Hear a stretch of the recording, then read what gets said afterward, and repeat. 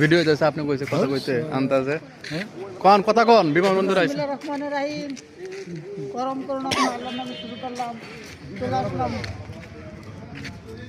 পুরাতন জেলা শহর বাংলাদেশের দক্ষিণাঞ্চলের সর্ববৃহৎ জেলা আপনি তো ওই মুখে দেন উনি কথা বলছে যশোর বিমানবন্দর। ধন্যবাদ জানাই কর্তৃপক্ষকে।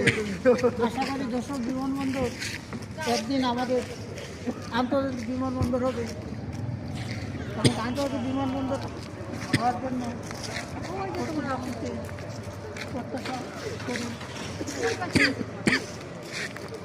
নারায়ণগঞ্জের ফুলিমেলা খেজুরগুড়ে যশোর জেলা বিখ্যাত হলো একদিকে বিমানবন্দর, অন্যদিকে ফুলের রাজধানীগত গদখালি